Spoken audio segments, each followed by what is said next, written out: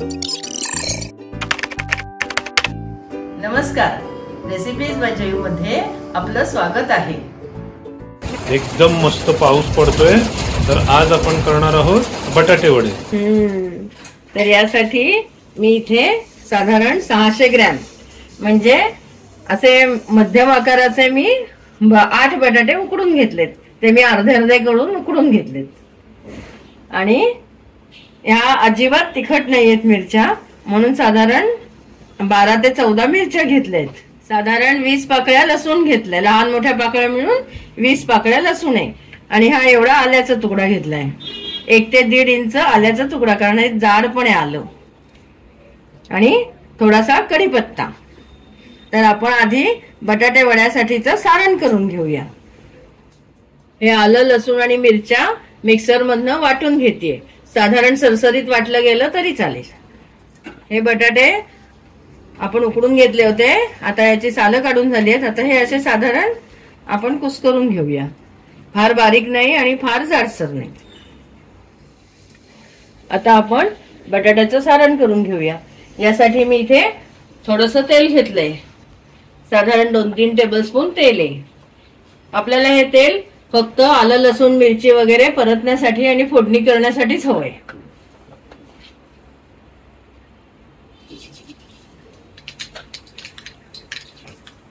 साधारण अर्धा टीस्पून मोहरी घातलीये,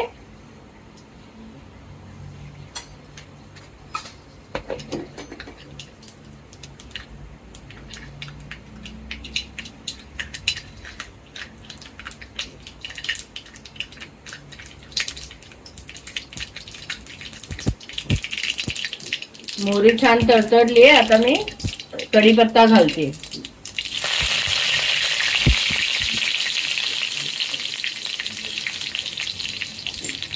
आणि हे आलं लसूण मिरची वाटून घेतलेलं घालूया। मी इथे मिरच्या जास्त घेतल्यात, कारण मिरच्या अजिबात तिखट नाहीयेत। आपापल्या तिखटाच्या आवडीप्रमाणे कधी कधी 4-5 मिरच्या सुद्धा पुरेशा होतात।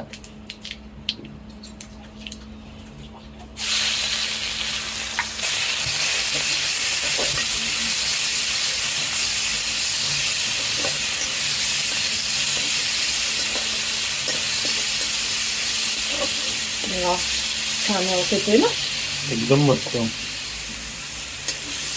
आपण बटाटे वडे तळणारच आहोत, त्यामुळे या भाजीसाठी आपल्याला तेलाची आवश्यकता नाहीये। एवढी मोठी कढई मी एवढ्यासाठी घेतली आहे की हे फोडणी सगळी त्यात मिक्स व्हावी। नीट हळद टाकते, पाव ते अर्धा चमचा हळद टाकावी। हे बघा, खूप छान सुगंध सुटलाय आणि आपलं हे छान परतून पण झालंय। आता मी यात असे अर्धवट कुस्करून घेतलेले बटाटे घालतेय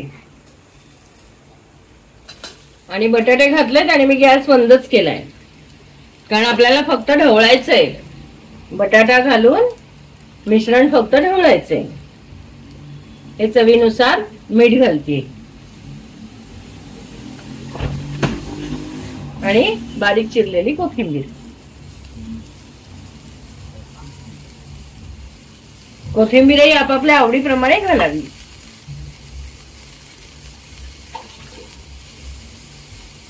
आपला गॅस बंदच आहे, फक्त आपण आता हे मिश्रण छान ढवळून घेऊया। कोणी कोणी हे सगळं जे आलं लसूण वाटलेलं असतं, आलं लसूण मिरची, हे कच्चं पण घालतात उकडलेल्या बटाट्यांमध्ये।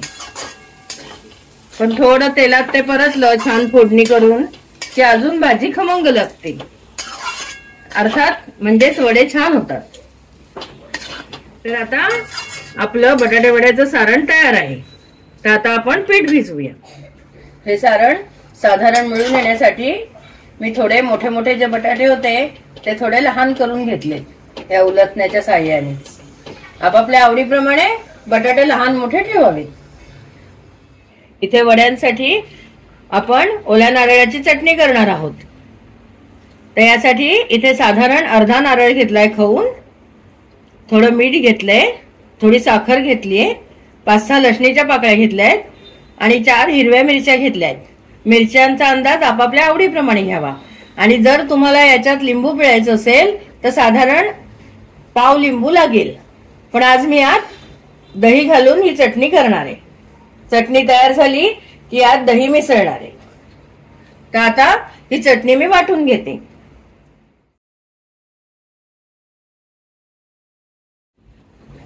इथे मी आपल्या रोजच्या आमटी भाजीच्या वाटीने साधारण 2 वाट्या बेसन घेतलंय. बेसन म्हणजे चण्याच्या डाळीचं पीठ. त्यात मी 2 टेबलस्पून किंवा पाव वाटी तांदळाचं पीठ घालतेय. हे ऑप्शनल आहे, आवडत असेल तर घालावं. तांदळाच्या पिठाने वड्याचं कवर थोडं कुरकुरीत होतं. थोडीशी हळद घालूया. थोडीशी म्हणजे अगदी पाव चमचा पण हळद घातली नाही, थोडीशीच हळद घातली.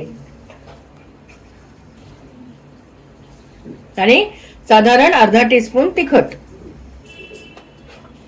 तिखट पण आपल्या आवडीनुसार घालावं. जास्त तिखट घातलं तर वडे थोडे लालसर होतात. आता हे आपण यात थोडं मीठ घालतीये. आपापल्या अंदाजानुसार मीठ घालावं. काही जण यात साखरही घालतात. त्याचप्रमाणे हे जे बटाट्याचं सारण केलंय आपण, त्यातही काही जण थोडीशी साखर घालतात किंवा मग थोडंसं लिंबूही पिळतात.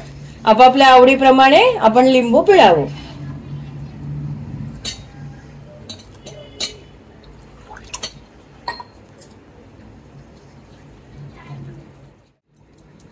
हे बघा, आपलं पीठ भिजवून झालंय.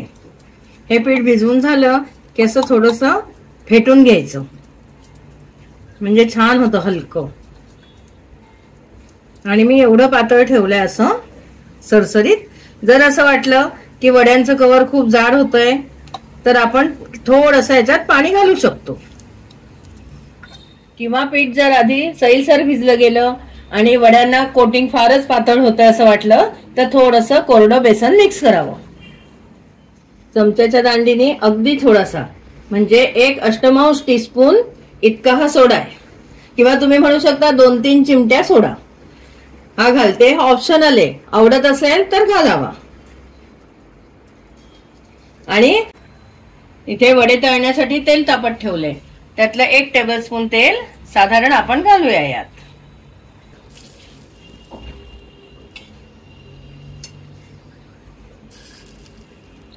हे बघा, आता हे सगळं मिक्स करून घेऊया. हे बघा, आपल्याला लहान मोठे कसे वडे हवेत त्याप्रमाणे आपण गोळे करून घ्यावेत. हा एवढा वडा हवा असेल तर असा गोल गोळा करायचा. गोलच वडे हवे असतील तर असाच घालायचा, किंवा मग थोडासा किंचित चपटा करून घ्यायचा. अशा तऱ्हेने मी वडे करून घेते.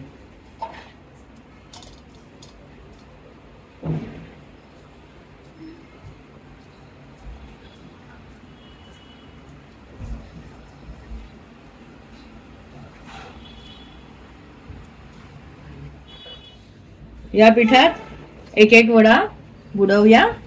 आणि एक तर तुम्ही चमच्याने घालू शकता किंवा मग हाताने. आणि एक तळला की आपल्याला समजेल बरोबर होतोय ना कोटिंग, किती मोठं कव्हर पाहिजे, जाड हवंय का की पातळ हवंय, त्याप्रमाणे आपण हे ऍडजस्ट करायची कन्सिस्टन्सी याची.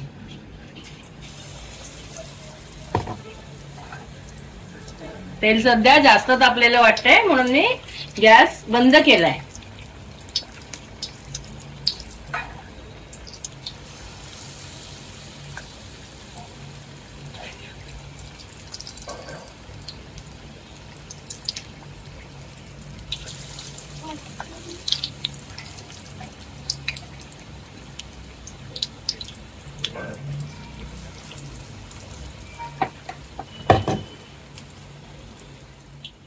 आता पुन्हा गॅस लावून घेतलाय.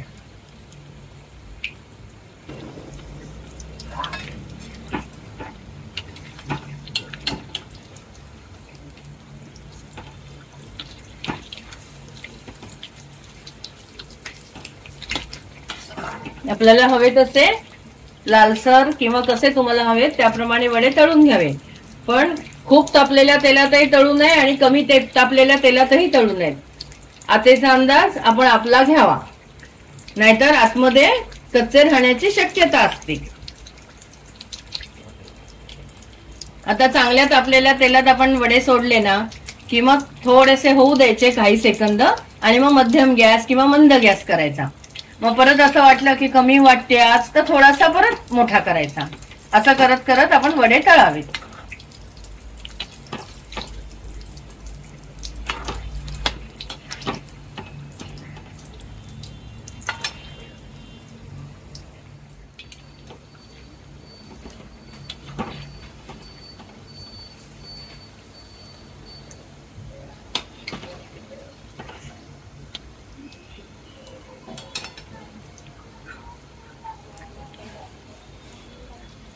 कधी मध्यम तर कधी मोठ्या गॅसवर मी हे वडे तळते.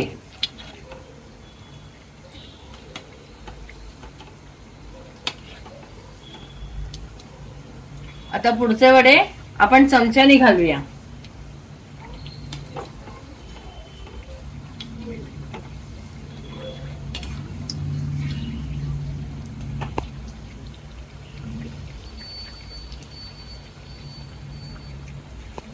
बघा किती छान लालसर झालाय ना, मस्त रंग एकदम. आता मी हा काढून घेते.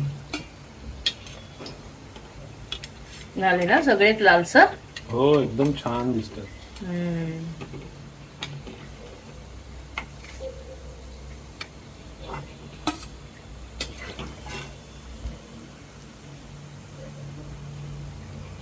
चांगले निथळून वडे काढावेत. हे वडे अजिबात तेलकट होत नाहीत. सोडा मात्र अगदी थोडासाच घालावा, नाही घातला तरी चालेल, पण थोडस गरम तेल मात्र घालावं. हे बघा आपले छान 4 वडे तळून झाले. आता हे बघा, आता हे वडे आपण चमच्याने घालून घेऊया. असं कोट करायचं.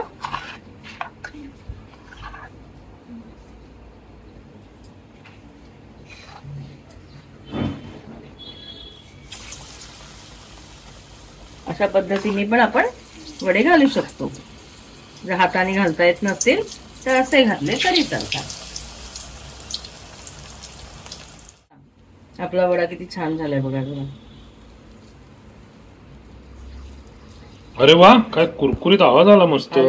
हो, हे थोड्या वेळाने मऊ होतात पण सुरुवातीला खाताना तरी छान लागतात. हो, गरमागरम मस्त खायचंच आपल्याला. हे बघा, हे कव्हर दाखवते तुम्हाला मी नुसतं.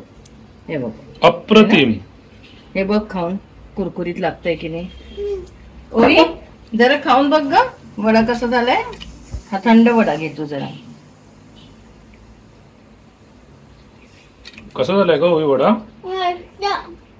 आवडला? आता मी पण खाऊन बघतो थोडं. जो ते कोटिंग थोडं खाऊन बघितलं ते कसं लागलं. काय मस्त कुरकुरीत लागलं एकदम. हे घे वडा पण खाऊन बघ.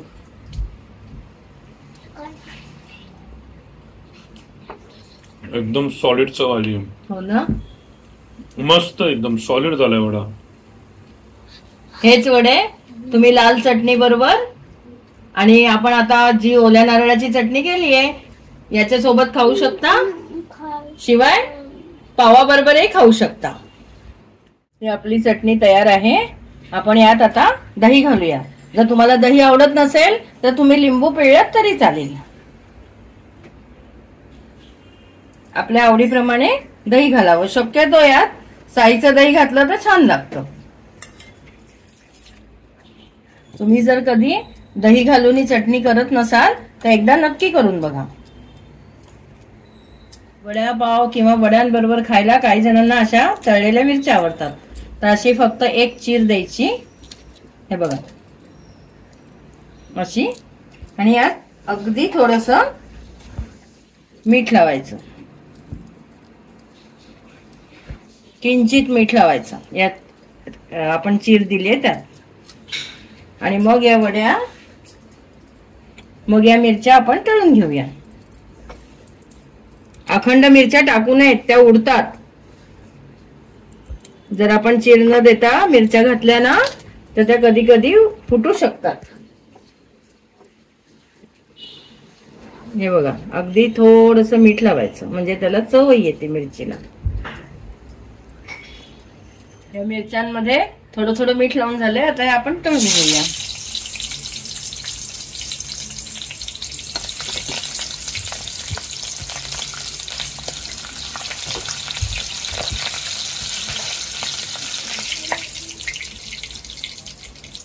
लगेच होतात त्या चवी.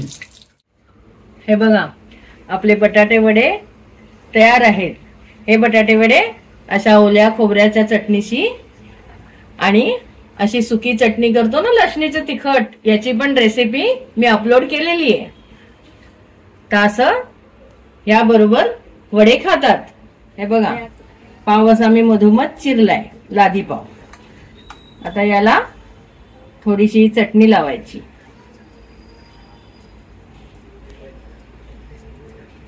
यावर थोडी लाल चटणी घालायची.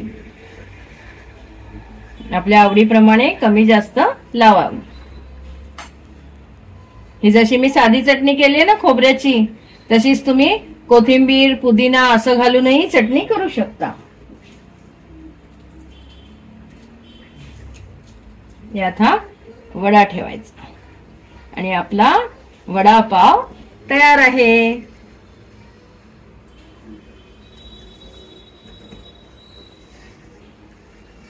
वा, तोंडाला पाणी सुटलं एकदम. हो ना. वडापाव थाळी. नक्की करून बघा, अभिप्राय कळवा आणि चॅनल सबस्क्राईब करायला विसरू नका.